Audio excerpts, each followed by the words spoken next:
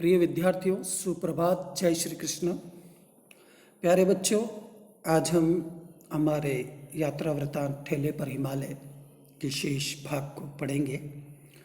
पूर्व में हमने ठेले पर हिमालय शीर्षक यात्रा वृतांत पे अध्ययन किया था कि लेखक को कैसे शीर्षक की प्राप्ति हुई और कैसे वे कौसानी जाने के लिए तत्पर हुए और कौसानी पहुँचे। कौसानी पहुँचते पहुँचते कैसे उनका मन खिन्न हुआ, आदि आदि बातें हमने पढ़ ली थी। आइए अब हम उससे आगे की बात पढ़ते हैं। और ये जो पैराग्राफ है जो हमने पूर्व की क्लास में पढ़ लिया था, उसे भी एक बार हम पुनः पढ़ लेते हैं ताकि हमारा धारा प्रवाह बन जाए। सोमेश्वर की घाटी के उत्तर में जो ऊंची पर्वतमाला है, उस पर बिल्कुल शिखर पर कौसानी बसा हुआ है। कौसानी से दूसरी ओर फिर ढाल शुरू हो जाती है। कौसानी के अड्डे पर जाकर बस रुकी। छोटा सा बिल्कुल उजड़ा सा गांव, और बर्फ का तो कहीं नाम निशान नहीं। बिल्कुल ठगे गए हम लोग। कितना खिन्न था मैं। अनखाते हुए बस से उतरा कि जहां था वहीं पत्थर की मूर्ति सा स्तब्ध खड़ा रह गया। कितना अपार सौंदर्य बिखरा था सामने की घाटी में। इस कौसानी की पर्वतमाला ने अपने अंचल में यह जो कल्यूर की रंग बिरंगी घाटी छिपा रखी है, इसमें किन्नर और यक्ष ही तो वास करते होंगे। मैंने कहा था आपको, ये उपदेवता माने गए हैं। 50 मील चौड़ी यह घाटी, हरे मखमली कालीनों जैसे खेत, सुंदर गेरू की शिलाई काट कर बने हुए लाल लाल रास्ते, जिनके किनारे सफेद सफेद पत्थरों की कतार और इधर उधर से आकर आपस में उलझा जाने वाली बेलों की लड़ियों सी नदियां। मन में बेसकता अचानक यही आया कि इन बैलों की लड़ियों को उठाकर कलाई में लपेट लूं, आंखों से लगा लूं, इन्हें चूम लूं। अकस्मात हम एक दूसरे लोक में चले आए थे। इतना सुकुमार, इतना कोमल, इतना सुंदर, इतना सजा हुआ और इतना निष्कलंक, इतना बेदाग, इतना स्वच्छ था कि लगा इस धरती पर तो जूते उतार कर पांव पोंछ कर आगे बढ़ना चाहिए। धीरे धीरे मेरी निगाहें ने इस घाटी को पार किया, और जहाँ ये हरे खेत और नदियाँ और वन क्षितिज के धुंधलेपन में नीले कोहरे में घुल जाते थे, वहाँ पर कुछ छोटे पर्वतों का आभास अनुभव किया। उसके बाद बादल थे और फिर कुछ नहीं। कुछ देर उन बादलों में निगाह भटकती रही कि अकस्मात फिर एक हल्का सा विस्मय का धक्का मन को लगा, आश्चर्य का धक्का। इन धीरे धीरे खिसकते हुए बादलों में ये कौन चीज है जो अटल है, स्थिर है? ये छोटा सा बादल के टुकड़े सा, और कैसा अजब रंग है इसका, न सफेद, न रुपाला, न हल्का नीला, पर तीनों का आभास देता हुआ, तीनों का आभास कराता हुआ, प्रतीति कराता हुआ। यह है क्या? आखिर यह है क्या? लेखक को कुछ अजीब सी चीज दिखी तो उसके मन में विचार आया कि यह है क्या? बर्फ तो नहीं? हाँ जी, बर्फ नहीं है तो क्या है? अकस्मात बिजली सा यह विचार मन में कौंधा कि इस घाटी के पार वह नगाधीराज पर्वत सम्राट हिमालय है। इन बादलों ने उसे ढाक रखा है। वैसे वह क्या सामने है? उसका एक कोई छोटा सा बाल स्वभाव वाला शिखर बादलों की खिड़की से झांक रहा है। अर्थात जब बादल में थोड़ा सा रिक्तता आती है तो वो शिखर दिखता है, तो उसको ऐसा लग रहा है कि मान लो कोई बच्चा शिखर हो, कोई बाल शिखर हो, और वो अपने घर की खिड़की से झांक रहा हो, ऐसा आभास उसे हुआ। मैं हर्षातिरेक से चीख उठा, और इस दृश्य को देखकर अत्यधिक प्रसन्नता के कारण लेखक चिल्ला उठा, बर्फ, वह देखो! शुक्ल जी, सेन सभी ने देखा, पर अकस्मात वह फिर लुप्त हो गया, फिर गायब हो गया, क्योंकि बादल आड़े आ गए। लगा उसे बाल शिखर जान किसी ने अंदर खींच लिया। और वो जब लुप्त हुआ तो ऐसा लगा कि बच्चा अगर झांक रहा है खिड़की से, ऊंचाई वाले मकान से, तो उसको कहीं गिर न जाए, यूं करके मानो उसे अंदर खींच लिया हो। ऐसा आभास लेखक को वह दृश्य देखकर हुआ। पर उस एक क्षण के हिम दर्शन ने हम में जाने क्या भर दिया था। अब देखिए, यहाँ तक का पैराग्राफ पहले भी पढ़ चुके थे, अब हम आज का अध्ययन शुरू कर रहे हैं। पर उस एक क्षण के हिम दर्शन ने हमने जाने क्या भर दिया था। सारी खिन्नता, निराशा, थकावट सब छूमंतर हो गई, सब दूर हो गई थी, गायब हो गई थी। हम सब आकुल हो उठे, हम व्याकुल हो उठे। अभी ये बादल छट जाएंगे और फिर हिमालय हमारे सामने खड़ा होगा, निरावृत, अर्थात खुला, बिना ढका हुआ, बिना आवृत। असीम सौंदर्य राशि हमारे सामने अभी अभी अपना घूंघट धीरे से खिसका देगी, और तब सचमुच मेरा दिल बुरी तरह धड़क रहा था। कि क्या दृश्य होगा वो। शुक्ल जी शांत थे, केवल मेरी ओर देखकर कभी कभी मुस्कुरा देते थे। जिसका अभिप्राय था, इतने अधीर थे, कोसानी आया भी नहीं और मुंह लटका लिया। अब समझे यहाँ का जादू। उन्होंने कहा तो कुछ भी नहीं, पर उनके भाव ऐसे लग रहे थे कि वो ये कहना चाह रहे थे कि आपने पहले ही निराश, हताश और खिन्नता धारण कर ली। कोसानी पूर्णतः आया नहीं और आपने पहले ही अपना विचार बना लिया। अब समझे होंगे आप यहाँ के दृश्य को देखकर कि इसका जादू क्या है। इसकी तुलना क्यों स्विट्जरलैंड और कश्मीर से की जाती है।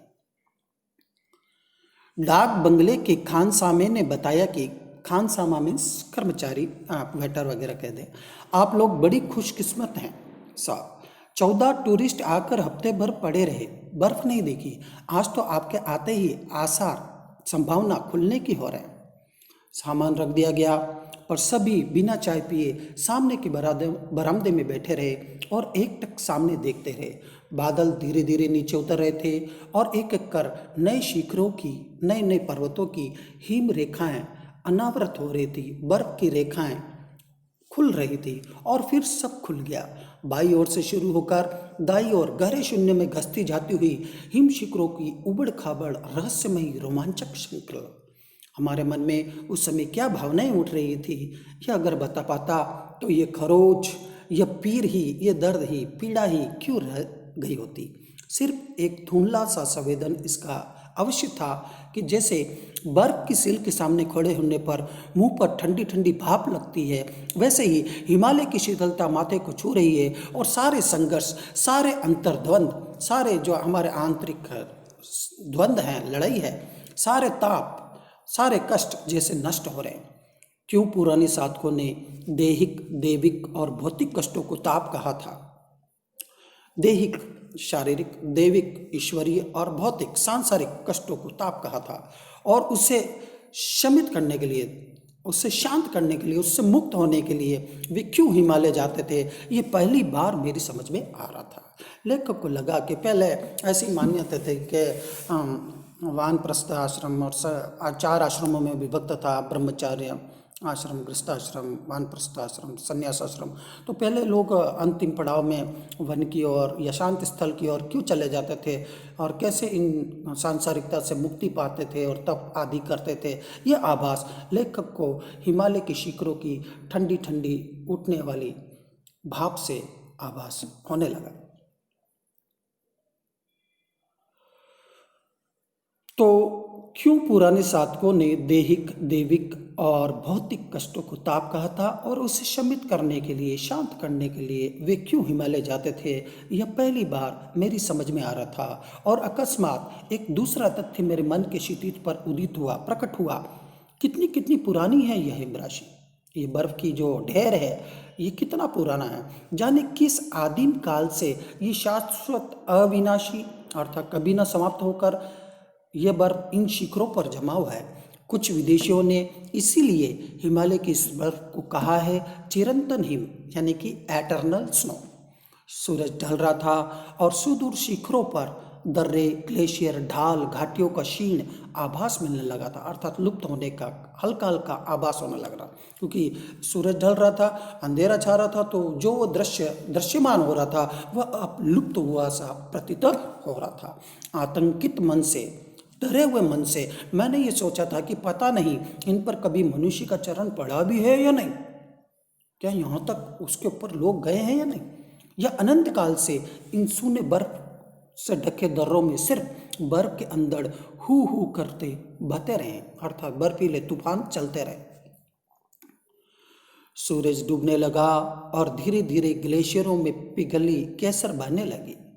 बर्फ कमल के लाल फूलों में बदलने लगी, क्योंकि सूरज ढल रहा था। और आप जानते हैं, उदेति सविता ताम्र एव अस्तमयति च, प्रातःकालीन वेला और संध्याकालीन वेला में नभ में लालिमा छा जाती है, सुनहली किरणें और लालिमा से युक्त किरणें छा जाती है। तो यही कारण है कि उस वजह से जो बर्फ कमल के लाल फूलों में बदलने लगी, घाटियाँ गहरी पीली हो गई, अंधेरा होने लगा, तो हम उठे और मुंह हाथ धोने और चाय पीने में लगे, पर सब चुपचाप थे, गुमसुम थे, जैसे सबका कुछ छिन गया हो। क्यों? क्योंकि वो दृश्य जो कि उन्हें बहुत ही सुख, आनंद और शांति प्रदान कर रहा था, वह दृश्य अब सूर्यास्त होने से लुप्त हो चुका था। या शायद सबको कुछ ऐसा मिल गया हो जिसे अंदर ही अंदर सहजने में सब आत्मलीन हो या अपने में डूब गए हो। तो सब निराश और गुमसुम से बैठ गए थे, या ऐसे प्रतीति हो रही थी मानो कि उनको कुछ एक अनोखी चीज मिल गई हो जिसके बारे में वह मंथन कर रहे हैं, उसके आनंद में आत्मलीन हो रहे हैं। आदि आदि बातें लेखक को लगी। थोड़ी देर में चांद निकला और हम फिर बाहर निकले। अब रात्रिकालीन शोभा का ये वर्णन कर रहा है। इस बार सब शांत था, जैसे हिम सो रहा हो। मैं थोड़ा अलग आराम कुर्सी खींचकर बैठ गया। यह मेरा मन इतना कल्पनाहीन क्यों हो गया है?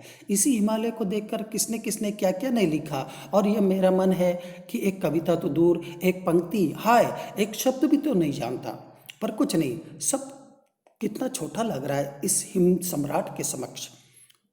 इस हिमालय सम्राट के सामने सब कुछ बहुत ही छोटा सा लग रहा है।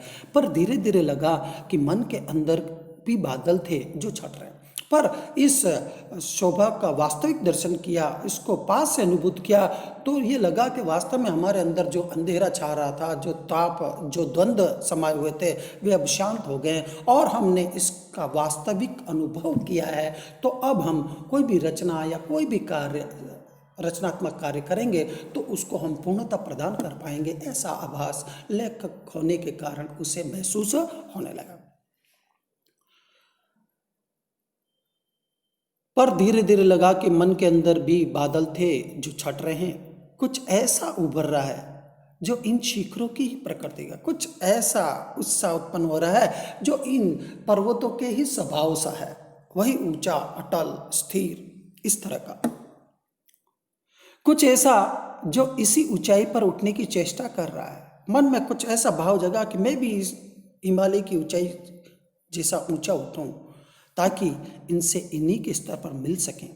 लगा यह हिमालय बड़े भाई की तरह ऊपर चढ़ गया है और मुझे छोटे भाई को नीचे खड़ा हुआ, कुंठित और लज्जित, शर्मिला देखकर थोड़ा उत्साहित भी कर रहा है, स्नेह भरी चुनौती भी दे रहा है। हिम्मत है, ऊंचे उठोगे। अर्थात जब लेखक हिमालय की ऊंचाई को देखता है तो वो उससे प्रेरणा लेता है कि ये कितना पाक, पवित्र, शुद्ध, स्थिर, अटल है, क्यों ना हमें भी ऐसा होना चाहिए। और वो उसे ऐसा ऊंचाई, उसकी ऊंचाई से उसे ऐसा प्रतीत हो रहा है कि ये मानो बड़े भाई की तरह हो, जो कि ऊंचा है, मुझसे बड़ा है और मुझे प्रेरणा दे रहा है कि क्या तुम ऊंचे उठ सकोगे, मेरे स्तर पे आके बात कर सकोगे, आदि आदि व्यंग यहाँ पर प्रकट कर रहा है। और सहसा अचानक सन्नाटा तोड़कर सेन, कौन, जो कि चित्रकार, जो कि शुक्ल जी के मित्र हैं, अल्मोड़ा से आए थे, तो सेन रविंद्र की कोई पंक्ति गा उठा और जैसे तंद्रा टूट गई और हम सक्रिय हो उठे। अदम्य शक्ति, न दमन करने वाली शक्ति, उल्लास, आनंद जैसे हम में छलक पड़ रहा था। सबसे अधिक खुश था सेन, बच्चों की तरह चंचल, चिड़ियों की तरह चहकता हुआ बोला, भाई साहब हम तो वंडर स्ट्रक हैं कि यह भगवान का क्या क्या करतूत इस हिमालय में होता है। वह हिमालय की शोभा से अभिभूत होकर बोला कि भाई साहब हम तो आश्चर्यचकित है कि भगवान की क्या क्या लीला इस हिमालय में होती है। इस पर हमारी हंसी मुश्किल से ठंडी हो पाई थी कि अकस्मात वह शीर्षासन करने लगा, सिर के बल उल्टा खड़ा हो। पूछा गया तो बोला, हम नए पर्सपेक्टिव से हिमालय देखेगा। बोला कि मैं एक नए दृष्टिकोण से, एक नए परिप्रेक्ष्य से हिमालय को देखूंगा। बाद में मालूम हुआ कि वह बम्बई की अत्याधुनिक चित्रशैली से थोड़ा नाराज है और कहने लगा, ओ सब जीनियस लोग शीर का बल खड़ा होकर दुनिया को देखता है, इसी से हम भी शीर का बल हिमालय देखता है। कि अचानक जो है सेन साहब हैं वो शीर्षासन करने लगे, तो वो देखकर सब हंसे कि भाई इसको क्या हो गया अचानक से। तो और जब उससे जाना कि भाई ये क्या बात है, आपने शीर्षासन क्यों किया, तो वो बोले क्योंकि वास्तव में वो जो बम्बई की चित्रशैली थी, जो आधुनिक चित्रकार कलाकार हैं, जो वास्तविकता को न जानकर भी अपनी झूठी प्रसिद्धि, यश, धन आदि प्राप्ति के लिए यत्र तत्र उपलब्ध होने वाली सामग्री से रचना करके वाहवाही पा रहे, उस पर उनसे वह खिन्न था कि ये लोग वास्तविकता को, यथार्थ को नहीं जानते और झूठी प्रशंसा पाने के लिए कुछ भी कार्य कर देते हैं। और साहित्य जैसे पवित्र कार्य को भी कलंकित करते हैं और उस पर दाग लगाते हैं। आदि आदि बातें लेखक के मन में विचार, सेन साहब के मन में विचार आई और वह इस तरह से अपना गुस्सा, अपनी पीड़ा को प्रकट करने लगे और कहने लगे, ओ सब जीनियस लोग, शीर का बल खड़ा होकर दुनिया को देखता है। मतलब उल्टे तरीके से वो अपनी बात को प्रकट करते हैं, स्पष्ट करते हैं, प्रदर्शित करते हैं। इसी से हम भी शीर का बल हिमालय देखता है। तो मैं भी इसलिए देख रहा हूँ कि ये भाई, ये उनका हिमालय कैसा है, वो कैसे हिमालय को देखते हैं, जो इस तरह के वर्णन और इस तरह की रचना कर देते हैं। दूसरे दिन घाटी में उतरकर 12 मील चलकर हम बैजनाथ पहुंचे, जहां गोमती बहती है। गोमती की उज्जवल जलराशि में हिमालय की बर्फीली चोटियों की छाया तैर रही थी। पता नहीं उन शिखरों पर कब पहुंचूं, पर उस जल में तैरते हुए हिमालय से जी भरकर बैठा, उसमें डूबा रहा, अर्थात जी भरकर उसका साक्षात्कार करता रहा, उसका दर्शन करता रहा। आज भी इसकी याद आती है तो मन पीरा उठता है। कल ठेले के बर्फ को देखकर वे मेरे मित्र उपन्यासकार जिस तरह स्मृतियों में, यादों में डूब गए, उस दर्द को मैं समझता हूँ। और जब ठेले पर हिमालय की बात कहकर हंसता हूँ तो वह उस दर्द को बुलाने का ही बहाना है कि हम जानते हैं, क्योंकि हमने उसको वास्तव में अनुभूत किया है। वे बर्फ की ऊंचाइयाँ बार बार बुलाती है और हम है कि चौराहों पर खड़े ठेले पर लद कर निकलने वाली बर्फ को ही देखकर मन बहला लेता है। मतलब लेकर कह रहा है कि प्रकृति हमें एक तरह से आह्वान करती है कि आओ हमारे आनंद को लो और अपने जीवन के अंतर्द्वंद्वों से, इन भौतिक कष्टों से अपने आप को बचाओ और सुख में जीवन व्यतीत करो। यह बात यहाँ पर कह रहा है कि वे बर्फ की ऊंचाई पर बार बार बुलाती है और हम है कि चौराहों पर खड़े ठेले पर लद कर निकलने वाली बर्फ को ही देखकर मन बहला लेते हैं। किसी ऐसे ही क्षण में, ऐसे ही ठेलों पर लदे हिमालयों से गिरकर ही तो तुलसी ने नहीं कहा था, कब खो यहीं रहनी रहोगे। अर्थात यहाँ पर तुलसीदास जी ने कहा है कि कब खो यहीं रहो, मतलब इस सांसारिकता में कब तक गिरे रहूँगा।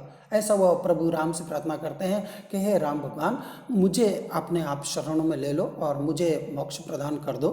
मैं कब तक इन सांसारिकता में गिरा रहूँगा, मैं कब तक लोगों की प्रशंसा या निंदा आदि करता रहूँगा, मुझे इन सब कार्यों से मुक्ति दिला दो। आदि आदि बात इससे प्रकट होती है।